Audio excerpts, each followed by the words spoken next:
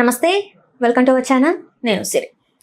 Jana Nayagan Thalapathy Vijay cinema last సినిమాని కూడా తను అనౌన్స్ చేయడం జరిగింది. కానీ ఈ సినిమాకి సెన్సార్ నుంచి చాలా అడ్డంకులు వస్తున్నాయని చెప్పి అనిపిస్తుంది. అంటే రాజకీయానికి తలొగ్గిందేమో సెన్సార్ బోర్డ్ అని చెప్పేసి చాలామంది విశ్లేషకుల అభిప్రాయపడుతున్నారు. మరి నిజంగానే సెన్సార్ బోర్డ్ అక్కడ ప్రభుత్వానికి తలొగ్గిందా, ఏం జరుగుతుంది అనే అంశాన్ని మనకు వివరించడానికి మనతో పాటు ఉన్నారు ప్రముఖ రాజకీయ విశ్లేషకులు భరద్వాజ్ గారు. నమస్కారం. నమస్తే సార్. జననాయకన్ విజయ్ గారి లాస్ట్ సినిమా అని చెప్పేసి అయితే ఇప్పటికీ ప్రస్తుతానికి చెప్తున్నారు. మరి ఈ సినిమాకి సెన్సార్ బోర్డు నుంచి చాలా అడ్డంకులు వస్తున్నాయి. ఈ సినిమా అసలు రిలీజ్ అవ్వాల్సింది ఈ పాటికి, కానీ ఇంతవరకు రిలీజ్ అవ్వలేదు. అండ్ ఇంకొకటి ఏంటంటే అక్కడ ప్రభుత్వానికి తలొగ్గి పనిచేస్తుందన్న మాటలు కూడా వినిపిస్తున్నాయి. ఇందులో ఎంతవరకు వాస్తవం అంటారు? అంటే అక్కడి ప్రభుత్వం అంటే తమిళనాడు సినిమా ఇది. తమిళనాడులో డిఎంకే అధికారంలో ఉంది. డిఎంకే కాదు, సెన్సార్ బోర్డు కేంద్ర ప్రభుత్వ కనుసన్నల్లో నడుస్తోంది. కాబట్టి సెన్సార్ బోర్డును కూడా అంటే దేశంలో ఉన్న రాజకీయ పార్టీలని తన కంట్రోల్లో తీసుకోవటానికి కేంద్ర ప్రభుత్వం హోంశాఖ పర్టికులర్గా ఇప్పటిదాకా అమిత్ షా గారు చాలా క్లియర్గా ఈడీని తర్వాత ఐటీని వీళ్ళందరినీ వాడే ప్రయత్నం చేస్తున్నారు. ఏది ఎవరైనా రాజకీయాల్లో ఉన్న వాళ్ళ మీద ఏదో కేసులు పెట్టడం, వాళ్ళని కేంద్ర ప్రభుత్వ నిఘా సంస్థల పర్యవేక్షణలో కేసులు పెడితే వాళ్ళు తమకి విధేయంగా ఉంటారు అనేది ప్రోగ్రాం. అలా ఆంధ్రప్రదేశ్ రాజకీయాల్లో చంద్రబాబు గారిని వాళ్ళు కంట్రోల్లోకి తీసుకున్న విధానం మనకు అర్థమవుతుంది. అంటే ఆయన మీద స్కిల్ స్కామ్కి సంబంధించిన కొన్ని ఆధారాలు ఉన్నాయి.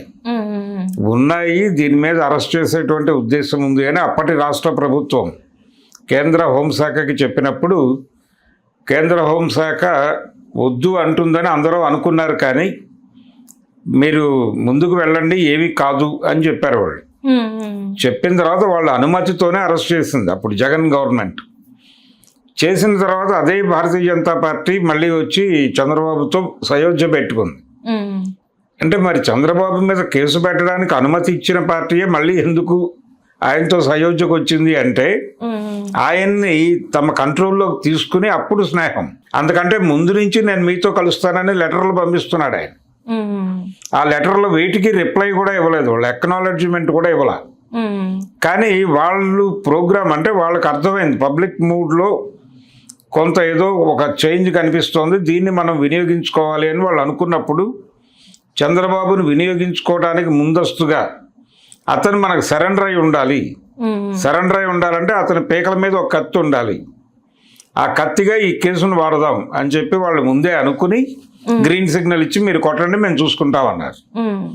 ఆ విధంగా జగన్ ఇచ్చినటువంటి ప్రపోజల్ వలన చంద్రబాబు నాయుడు గారు ఈ రోజున ముఖ్యమంత్రి పదవిలో ఉండటం అనేది జరిగింది అనేది ఒక విశేషం. అది నిజం కూడా. అలాగే జరుగుతుంది ప్రతి సందర్భంలోనూ. ప్రతి ఒక్కళ్ళని లొంగ తీసుకోవడానికి ఏదో ఒక కేసు బూచి చూపించటం అనేది చేస్తూ వస్తున్నారు వాళ్ళు. ఈ ప్రయాణంలో భాగంగానే ఇప్పుడు సెన్సార్ బోర్డును కూడా వాడేస్తున్నారు అనేది స్టాలిన్ గారి ఆరోపణ. అంటే విజయ్ సినిమాని ఆపటం. విజయ్ చాలా స్పష్టంగా ఒక విషయం చెప్పాడు తన పార్టీ ప్రారంభిస్తున్న సమయంలో. ఆయన చెప్పిన మాట ఏంటంటే, నేను లోకల్గా డిఎంకేకి అలాగే జాతీయ రాజకీయాల్లో బీజేపీకి ప్యారలల్గా వ్యవహరిస్తాను అని చెప్పాడు. ఇది బీజేపీకి ఇబ్బంది కలిగించి ఈ రకమైనటువంటి దాడికి దిగారు, సెన్సార్ను ఉపయోగించి ఆయన సినిమాని హోల్డ్ చేసే ప్రయత్నం చేశారు అనేది డిఎంకే ఆరోపణ. అయితే ఇక్కడ ఒకటి, విజయ్కి బీజేపీకి నిజంగానే చెడిందా అనేది ఆలోచిస్తే బీజేపీ విజయ్ని ఆపరేట్ చేయడానికి ప్రయత్నం చేస్తోంది అనేది వాస్తవం. అంటే బీజేపీ తన బీ టీమ్గా విజయ్ని ఉంచి, అంటే అతను ప్రత్యేకమైన ఎంటిటీతో ఉంటాడు, వీళ్ళతో పొత్తు పెట్టుకోడు. పొత్తు పెట్టుకోకుండా అతను పోటీ చేసి అదే స్టాండ్తో అతను కొన్ని సీట్లు గెలుస్తాడు. అది ఎన్డీఏ స్కీమే. అతను ఎన్డీఏలో ఉండడు, ఎన్డీఏతో కలవడు, విడిగానే పోటీ చేస్తాడు. అలాగే ఏడీఎంకేలో ఉన్నటువంటి గ్రూప్స్ కూడా పోటీ చేస్తాయి. దాంతో పాటు బీజేపీ కూడా చేస్తుంది. అక్కడ డిఎంకే వ్యతిరేక ఐక్య సంఘటన నిర్మించాలి అనే ప్రోగ్రాంలో ఎన్డీఏ ఉంది.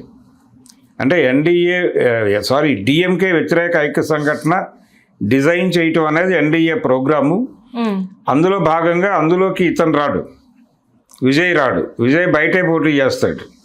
పోటీ చేసిన తర్వాత ఎన్నికలు అయిపోయిన తర్వాత వీళ్ళందరూ కలిసి ప్రభుత్వాన్ని ఏర్పాటు చేస్తారు.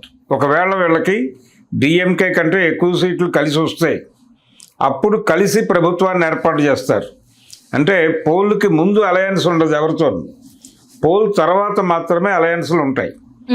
ఆ రకంగా ఎట్టి పరిస్థితుల్లోనూ డిఎంకేని ఈసారి అధికారంలో నుంచి దింపేసి పక్కన కూర్చోబెట్టాలి అని బలంగా కేంద్ర ప్రభుత్వం అనుకుంటోంది. అందులో భాగంగానే ఈ హడావిడి క్రియేట్ చేశారు. అంటే విజయ్ కూడా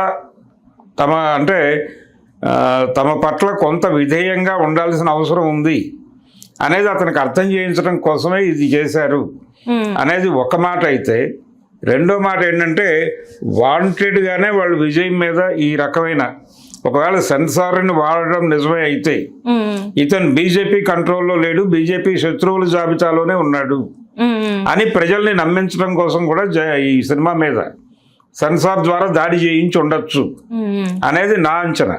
అంటే రాజకీయాలకి సంబంధించిన డైలాగ్స్ ఉన్నాయి, అది జనాల్లో అంటే గొడవలకి దారితీసే ప్రభావితం చేస్తాయి. సో అందుకు వద్దు, ఇంకా 50 కట్లు కూడా సినిమాలో చేయాలి అని చెప్పేసి. రాజకీయాలకు సంబంధించిన విమర్శ ఉన్న డైలాగులు చాలా సినిమాల్లో ఉంటూ వస్తున్నాయి.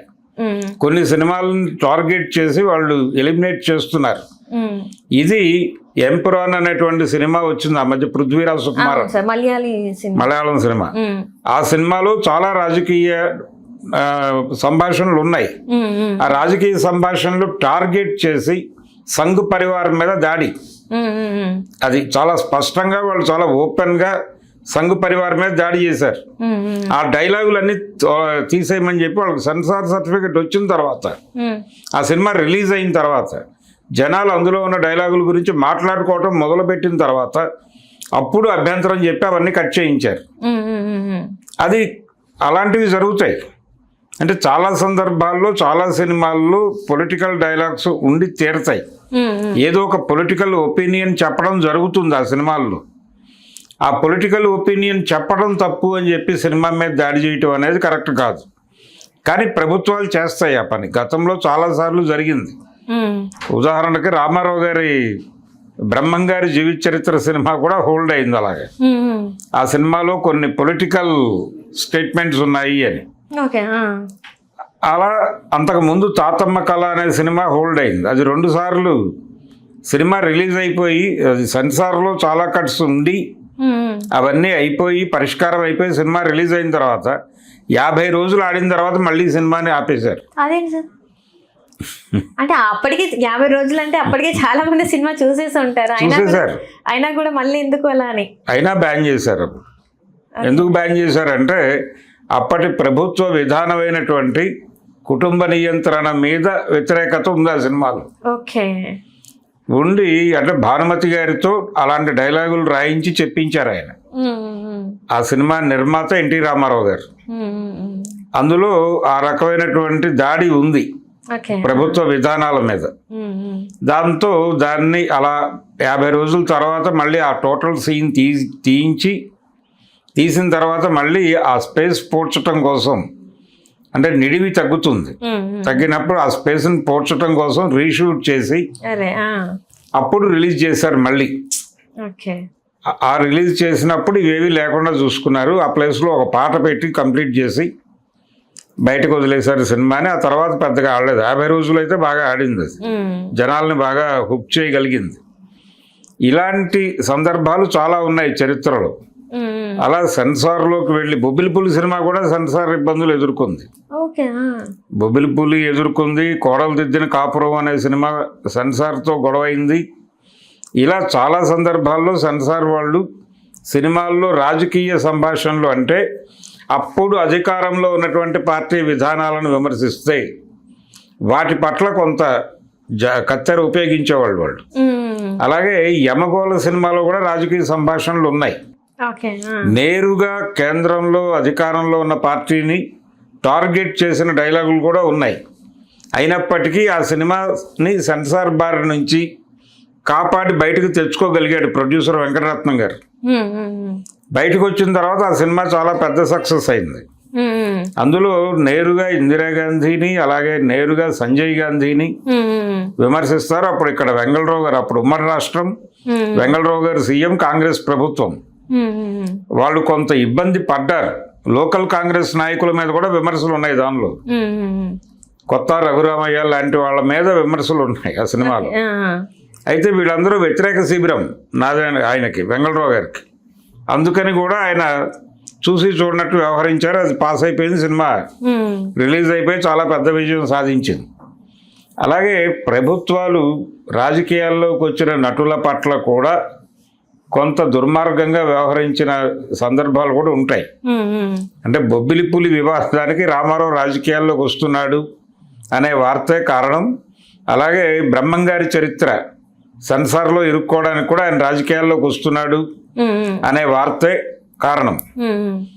ఆ రెండు వివాదాలు చాలా స్పష్టం. ఇప్పుడు విజయ్ సినిమా లాగే అప్పుడు అది పరిస్థితి. అంటే పొలిటికల్ గా ఎదుగుతారు అని ముందే వాళ్ళు భయపడి ఇలాంటివి చేస్తారంటారా సార్? మరి అంతే, దాడి చేయటమే అంతే. ఇప్పుడు ఎందుకంటే మొన్న చూసినట్టయితే తన సభలకి కిక్కిరిసిపోయే జనాలు రావడం, అండ్ దాని మీద చూసుకున్నట్టయితే కొంతమంది ప్రాణాలు కూడా కోల్పోయిన పరిస్థితి.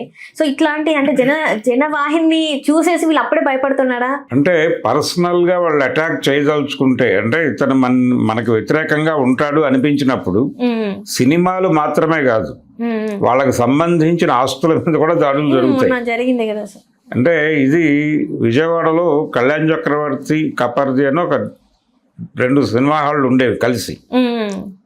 ఆ 2 సినిమా హాళ్ళు ఎన్టీ రామారావు గారు. అయితే అంతకు ముందు ఆ సినిమా హాళ్ళు ప్రారంభమై దాదాపు 15 ఏళ్ళు నడిచిన తర్వాత, అప్పుడు ఆయన రాజకీయాల్లోకి వస్తున్నాను అని ప్రకటించిన తర్వాత అప్పుడు ప్రభుత్వానికి ఒక లైట్ వెలిగింది. అదేంటంటే అక్కడి నుంచి 2 సినిమా హాళ్ళు ఉంటాయి. అంటే రామా టాకీస్ అని ఇంకో థియేటర్ ఉంటుంది, ఈ కాంప్లెక్స్. ఈ రెండిటికి కామన్గా ఒక వాల్ ఉండేది. ఈ 2 థియేటర్ల మధ్యలో నుంచి విజయవాడ మాస్టర్ ప్లాన్లో ఒక రోడ్డు ఉంది అనే విషయం ఆ సినిమా హాళ్ళు 15 సంవత్సరాలు నడిచిన తర్వాత ఈయన ఎప్పుడైతే రాజకీయాల్లోకి వస్తున్నానని చెప్పి నేను కాంగ్రెస్ పార్టీకి వ్యతిరేకంగా నిలబడబోతున్నాను అని చెప్పిన తర్వాత అప్పుడు ప్రభుత్వానికి గుర్తొచ్చింది ఈ మధ్యలో ఒక రోడ్డు ఉండాలి అని. వచ్చి పగలగొడతామంటే ఆయన చెప్పాడు, నేనే పగలగొట్టుకుని మీకు వేయిస్తాను, నో ప్రాబ్లం అని మార్కింగ్ చేయించుకుని ఆయనే పగలగొట్టి వదిలేశాడు. ఆ రోడ్డు ఎందుకు వాడరు ఇప్పుడు, ఊరికనే ఉంటుంది ఆ రోడ్డు అంతే.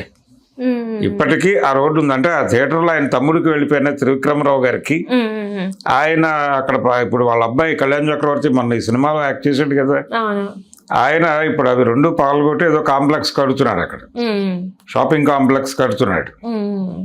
ఆ రోడ్డు మాత్రం వాడరు ఎవరు, అటు రామా టాకీస్ వాళ్ళు వాడరు, వీళ్ళు వాడరు. ఇప్పుడు వాడతారేమో, కాంప్లెక్స్ కట్టిన తర్వాత వీళ్ళకి పార్కింగ్కి దానికి ఉపయోగపడుతుంది అది.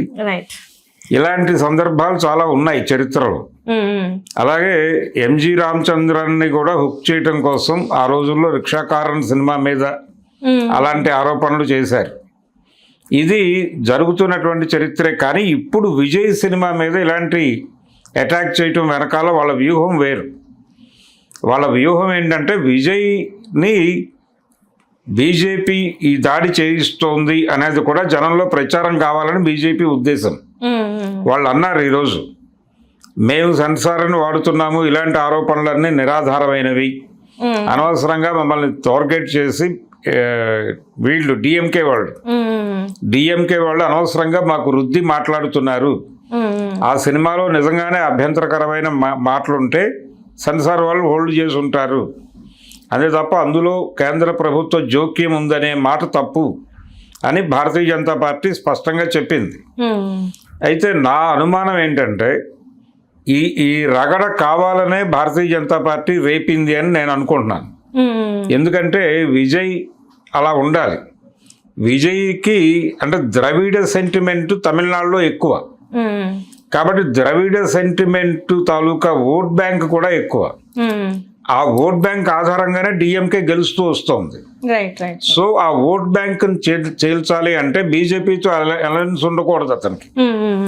బీజేపీతో ఏ సంబంధము లేని, బీజేపీతో శత్రుత్వం ఉన్నట్టుగా ఫోకస్ అయిన పార్టీకి ద్రవిడ ఓట్లు చీలుతుంది.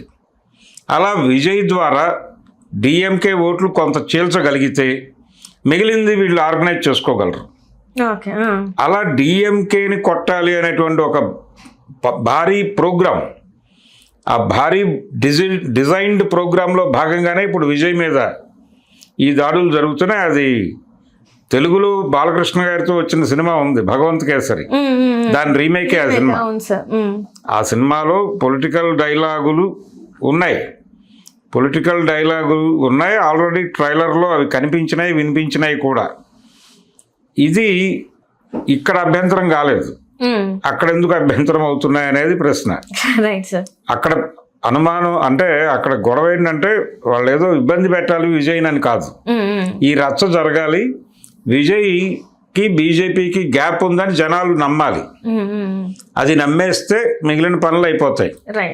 అందుకని వాళ్ళు చాలా సందర్భాల్లో విజయ్ మీద దాడులు చేస్తున్నారు వాంటెడ్గానే, రాజకీయ విమర్శలు చేస్తున్నారు, అలాగే మాట్లాడిస్తున్నారు కొంతమందితో వాంటెడ్గా.